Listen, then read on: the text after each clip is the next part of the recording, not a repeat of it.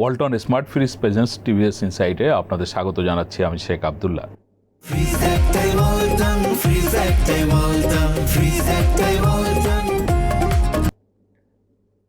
প্রিয় দর্শক, আমরা কথা বলবো ট্রাম্প প্রশাসনের নতুন শুল্ক আরোপের পরিকল্পনা নিয়ে। আপনারা জানেন 2025 সালের এপ্রিল থেকে ট্রাম্প প্রশাসন বিশ্বের বিভিন্ন দেশের উপরে প্রথম শুরু করেছিল রেসিপ্রোকাল ট্যারিফ। সেটি তাদের দেশের আদালত বাতিল করার পরে ট্রাম্প প্রেসিডেন্ট হিসাবে তার যে ক্ষমতা, সেই ক্ষমতায় তিনি নতুন শুল্ক আরোপ করেন এবং এর ইতিমধ্যেই আবার উনি বিশ্বের বিভিন্ন দেশের সঙ্গে দ্বিপাক্ষিক বাণিজ্য চুক্তিও করেছেন বা তার দেশ করেছে। বাংলাদেশও এই ধরনের একটি চুক্তি করেছে। খুব সম্প্রতি ট্রাম্প প্রশাসন বা যুক্তরাষ্ট্রের বাণিজ্য প্রতিনিধি সংস্থা ইউএসটিআর তারা একটি তদন্তের পরে গিয়ে বিশ্বের 60টি দেশের উপরে নতুন ধরনের শুল্ক আরোপের কথা বলছে। যদিও সেটি এখনও কার্যকর হয়নি, এটি সামনে কিছু শুনানি হবে এবং তার পরবর্তীতে গিয়ে কার্যকর করার সিদ্ধান্ত হবে। এই 60টি দেশের মধ্যে বাংলাদেশও রয়েছে। এই শুল্ক যদি আরোপ করা হয় তাহলে সেটি বাংলাদেশের উপর কী ধরনের প্রভাব ফেলবে, বাংলাদেশে কেন আরোপ করা হচ্ছে, এসব নিয়ে টিভিএসে বিশেষ প্রতিবেদন প্রকাশিত হয়েছে। প্রতিবেদনটি করেছেন টিভিএসের চিফ রিপোর্টার আবুল কাশেম।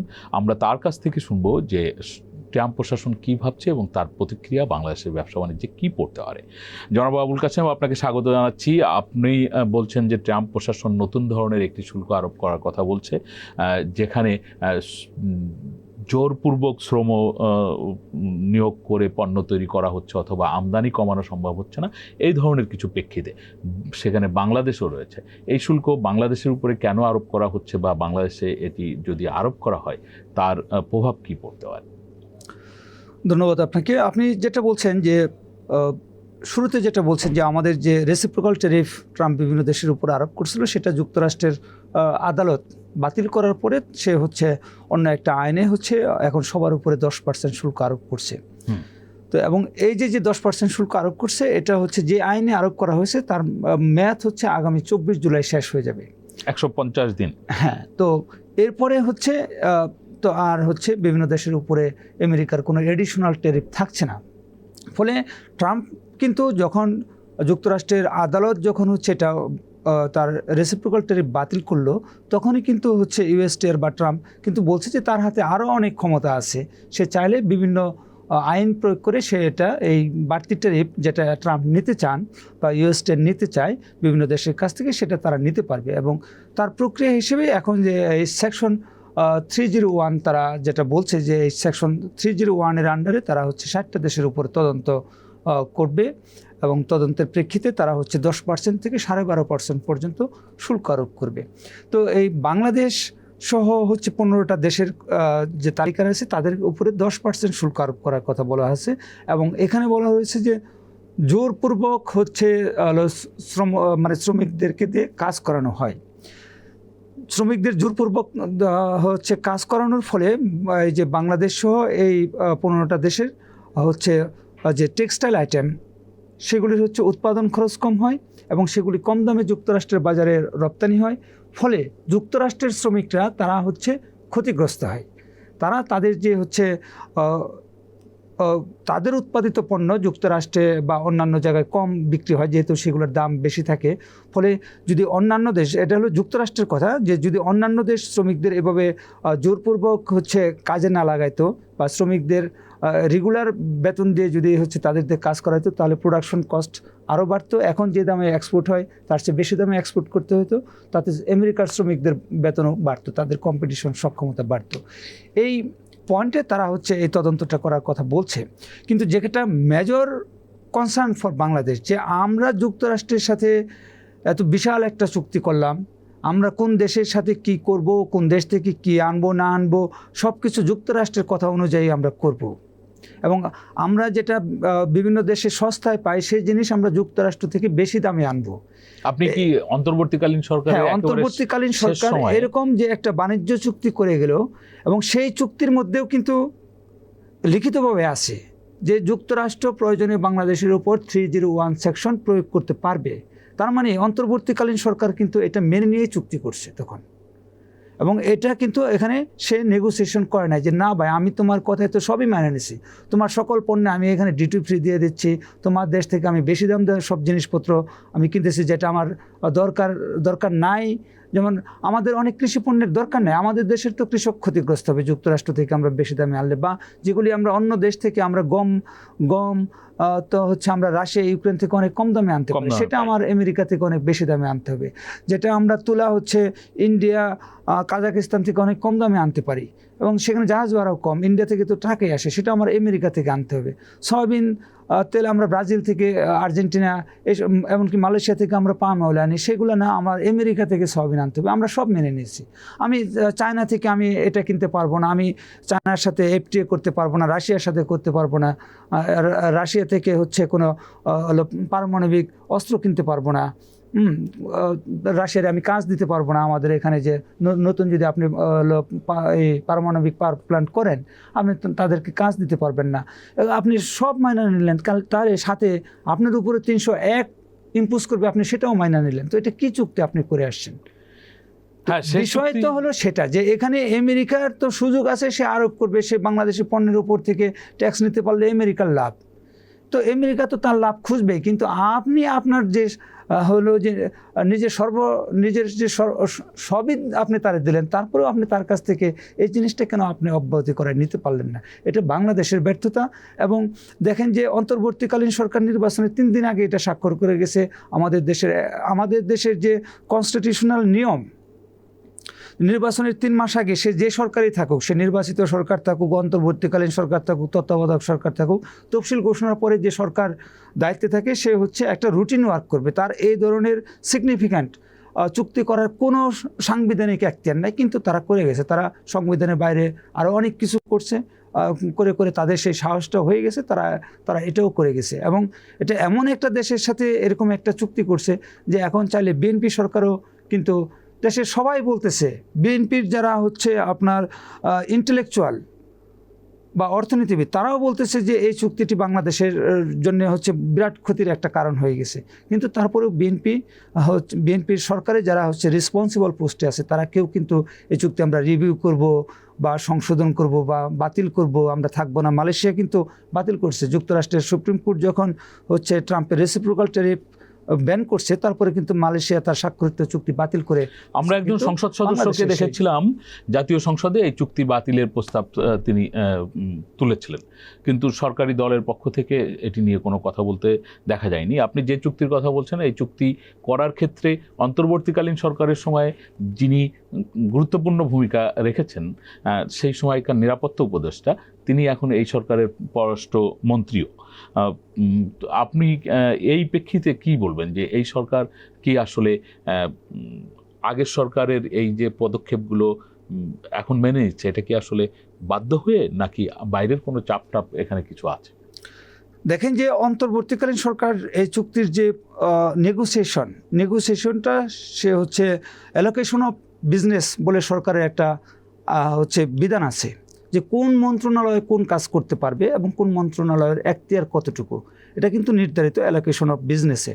ফলে বহিরাষ্ট্রের সঙ্গে কোনো চুক্তি বা কোনো হচ্ছে নেগোসিয়েশন, এটা হচ্ছে পররাষ্ট্র মন্ত্রণালয়ের একটা গুরুত্বপূর্ণ পার্ট।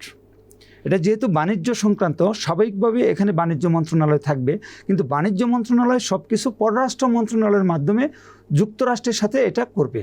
এটা হচ্ছে আমাদের দেশের আইন বিধান অনুযায়ী এটা হচ্ছে বৈধ বা এটা যৌক্তিক। কিন্তু অন্তর্বর্তীকালীন সরকার হচ্ছে এখানে পররাষ্ট্র মন্ত্রণালয়কে অন্ধকারে রেখেছিল। আমরা সম্প্রতি পররাষ্ট্র উপদেষ্টা তৌহিদ হোসেন তিনি কিন্তু বলেছেন যে তিনি এই চুক্তি বিষয়ে কিছু জানতেন না এবং তাকে কোনো কিছু জানানো হয় নাই।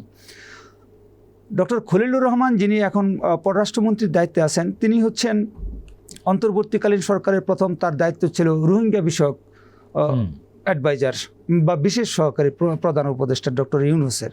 পরবর্তীতে উনি জাতীয় নিরাপত্তা উপদেষ্টা আর কাজ হচ্ছে আপনার অনেকটা হচ্ছে আমাদের দেশের সার্বভৌমত্ব রক্ষা, টেরিটোরিয়াল সভরেন্টির ইস্যু, যে এটা হলো যে বহিঃশত্রু মোকাবেলা করা বা যদি বাংলাদেশের উপর কোনো বহির আক্রমণ আসে সেখানে বাংলাদেশের নিরাপত্তাটা কীভাবে নিশ্চিত হবে সেটার সাথে ইনভলভ। কিন্তু এটা বাণিজ্য চুক্তির মেন নেগোসিয়েটর তিনি এবং যাকে মনে করা হয় যে তিনি যুক্তরাষ্ট্রের খুবই আস্থাভাজন এবং দীর্ঘদিন উনি যুক্তরাষ্ট্রে ছিলেন বা দায়িত্ব নেওয়ার আগ পর্যন্ত তিনি যুক্তরাষ্ট্রে ছিলেন, এবং তিনি যে তার সম্পদ বিবরণী দিয়েছেন অন্তর্বর্তীকালীন সরকার যেটা প্রকাশ করেছে, তাতে বাংলাদেশের তুলনায় তার যুক্তরাষ্ট্রের সম্পদের পরিমাণ বেশি।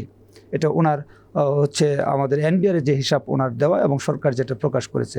ফলে উনি যে হচ্ছে এই নেগোসিয়েশনটা যে যৌক্তিকভাবে করতে পারেন না, সেটা তো আমাদের দেশের এক্সপার্টরা প্রত্যেকেই বলছেন, এবং আমরা সাধারণ যারা রিপোর্টার, আমরা যারা রিপোর্ট করি, তো তাদের কাছেও হচ্ছে সাদা চোখে এই চুক্তিটা পড়লেও দেখা যায় যে এখানে বাংলাদেশের স্বার্থ রক্ষার চেয়ে হচ্ছে অনেক স্বার্থ জলাঞ্জলি দেওয়া হয়েছে। এবং এই চুক্তিটা বাংলাদেশ দেশবিরোধী চুক্তি বলে সাধারণত বিশেষজ্ঞরা যেগুলি বলে থাকেন, এটা কিন্তু তার একটা প্রকৃষ্ট উদাহরণ, এবং এটা টেক্সট বই এক্সাম্পল হতে পারে যে দেশবিরোধী। জনাব আবুল কাসেম, আমি আপনার কাছে শেষ কোশ্চেন করতে চাই, সেটি হচ্ছে যে এখন যদি এই 10% শুল্ক ট্রাম্প প্রশাসন বাংলাদেশের রপ্তানি পণ্যের উপরে আরোপ করে এবং চুক্তিতে আমাদের যে শুল্ক আরোপ করার কথা রয়েছে 20%, সেটি হয়, তাহলে কি এই দুটো মিলেই কি পরিশোধ করা লাগবে বাংলাদেশের পণ্যকে ওই বাজারে প্রবেশ করার ক্ষেত্রে, এবং তার ইম্প্যাক্ট আমাদের এখানে কি হতে পারে সংক্ষেপে আপনার কাছ থেকে শুনতে চাই। বাংলাদেশের উপরে এখন এমনিতেই ট্রাম্প রেসিপ্রোকাল ট্যারিফ দেওয়ার আগে প্রায় 16% মতো শুল্ক ছিল। পরে ট্রাম্পের সাথে চুক্তির প্রেক্ষিতে এটা 20% হওয়ার কথা ছিল, কিন্তু 20% হয়েছিল। যেহেতু যুক্তরাষ্ট্রের সুপ্রিম কোর্টে এটা বাতিল করেছে, সুতরাং ওই 20% বাতিল, 20% নেই। ফলে 16% পরে ট্রাম্প 10% আরোপ করছে। ফলে এখন ওই 16%-এর বাইরে 10% আরোপ আছে, এবং এই 10%-এর মেয়াদ আগামী 24 জুলাই শেষ হয়ে যাবে। তো 24 জুলাই শেষের পরে ট্রাম্প প্রশাসন যদি আবার ওই দ্বারায় এই 10% এক্সটেনশন করে, সে আবার এটা 6 মাস অন্তর অন্তর সে আবার কিন্তু আরোপ করতে পারবে। মেয়াদ শেষ হলো, আবার সে আরোপ করলো। ফলে ওই 10% যদি থেকে যায় এবং এই 301 সেকশনের আন্ডারে যদি আরও 10% বসে, তাহলে হচ্ছে এক্সট্রা 20% হবে, আর আগে 16% আছে, তাহলে 36% হবে। এখন এখানে দেখেন যে এটা তো সেই রেসিপ্রোকাল ট্যারিফের 37%, কিন্তু রেসিপ্রোকাল ট্যারিফের 37%টাও এডিশনাল ছিল, 16%-এর বাইরে ছিল। কিন্তু বিষয় সেটা না, বিষয় হলো যে যুক্তরাষ্ট্রের সাথে আমরা এরকম একটা চুক্তি করার পরে যুক্তরাষ্ট্রের, আপনি জানেন যে বিএনপি সরকার দায়িত্ব নেওয়ার পরে এই গত 15-20 দিন আগে ইউএসটিআরের রিপ্রেজেন্টেটিভ বাংলাদেশে এসেছিল, এবং বাংলাদেশ সরকার কিন্তু এই 301 বাংলাদেশের উপর প্রয়োগ না করার জন্য তাদেরকে বিশেষভাবে অনুরোধ করেছিল, এবং আমাদের বাণিজ্যমন্ত্রী সেটাও আমাদেরকে বলেছেন যে বাংলাদেশ হতাশা প্রকাশ করছে যে তোমাদের সাথে আমাদের চুক্তি হওয়ার পরে তোমরা এটা কেন আমাদের উপরে ইম্পোজ করার কথা বিবেচনা করছো, এবং বাংলাদেশ বিশেষভাবে অনুরোধ করছে। তো তারপরেও তারা এটা ইম্পোজ করছে, এটা হচ্ছে প্রধান হতাশার কারণ। দ্বিতীয় হতাশার কারণ হবে যে যদি বাংলাদেশের প্রতিদ্বন্দ্বী কারা আপনার উপরে 50% দিলেও অসুবিধা নেই, যদি আপনার প্রতিদ্বন্দ্বীর উপরে 50 বা 60% বসে। কিন্তু আমরা দেখলাম যে বাংলাদেশের যে হলো লিস্টটা আছে, যে 15টা দেশের মধ্যে লিস্ট আছে বাংলাদেশের, সেখানে ইন্ডিয়া, ভিয়েতনামের নাম নেই, সেখানে হচ্ছে পাকিস্তান আছে, কম্বোডিয়া আছে। কিন্তু যদি হচ্ছে ভিয়েতনাম এবং ইন্ডিয়ার উপরে যদি এই বাড়তি শুল্ক আরোপ না হয় এবং বাংলাদেশের উপরে সেটা 10% হোক বা 5% হোক যদি আরোপ হয়, তাতে বাংলাদেশ ব্যাপকভাবে ক্ষতিগ্রস্ত হবে। কারণ আপনি এসব দেশের সাথে তখন কম্পিটিশনে পারবেন না। যুক্তরাষ্ট্রের বাজারে আমাদের হলো এক্সপোর্ট ব্যাহত হবে, কমে যাওয়ার আশঙ্কা রয়েছে, এবং যুক্তরাষ্ট্রের বাজারে এক্সপোর্ট কমলেও আপনি যে চুক্তি করে বসে আছেন সেখান থেকে কিন্তু আপনি কম পণ্য আমদানি করতে পারবেন না। আপনাকে হচ্ছে বেশি দাম দিয়ে বেশি পণ্য আমদানি করতে হবে, কারণ আপনি ওই চুক্তি থেকে বের হয়ে আসতে পারবেন না। ফলে এই জায়গায় আপনি দুই দিকেই লস করবেন। আপনি স্বাধীনভাবে আপনার প্রয়োজন মেটাতে পারবেন না। আপনি এক বাজারে 2 টাকার জিনিস পাচ্ছেন, সেই জিনিস আপনি আনতে পারবেন না, কারণ যুক্তরাষ্ট্রের সাথে আপনার কন্ট্রাক্ট আছে, আপনি সেখান থেকে 5 টাকা দিয়ে জিনিস আনবেন। ফলে আপনার 5 টাকা দিয়ে সেই জিনিস কিনতে হবে। আবার যুক্তরাষ্ট্রের বাজারে আপনি রপ্তানিও করতে পারবেন না। আপনি যুক্তরাষ্ট্রের বাজারে রপ্তানি যে করতে পারছেন না, এটাতে যে আপনার যে ক্ষতি হবে সেটা পোষানোর জন্য যখন আপনি হচ্ছে চায়নার সাথে একটা এফটিএ করতে যাবেন বা একটা চুক্তি করতে যাবেন, রাশিয়ার সাথে একটা করতে যাবেন, সেটাও আপনি এই চুক্তির কারণে, যুক্তরাষ্ট্রের সাথে করা চুক্তির কারণে আপনি সেটাও করতে পারবেন না। ফলে আপনি নানা দিকে আটকে যাওয়ার একটা আশঙ্কা আছে। এটাই আমাদের সবচেয়ে বড় আশঙ্কা। ধন্যবাদ আপনাকে। প্রিয় দর্শক, এতক্ষণ ধরে আমরা জনাব আবুল কাসেমের কাছ থেকে শুনছিলাম যুক্তরাষ্ট্রের সাথে চুক্তির ফলে আমরা আসলে কোন ধরনের পরিস্থিতির মুখোমুখি হচ্ছি। যে কোনো চুক্তি করার ক্ষেত্রে রাষ্ট্রের সুবিধা চিন্তা করে সরকার সেই চুক্তিগুলো করবে, সেটি আমাদের প্রত্যাশা। আমাদের আলোচনা আপনাদের ভালো লাগলে আপনারা শেয়ার করবেন, লাইক করবেন, টিভিএস এর সঙ্গে থাকবেন। সকলকে ধন্যবাদ।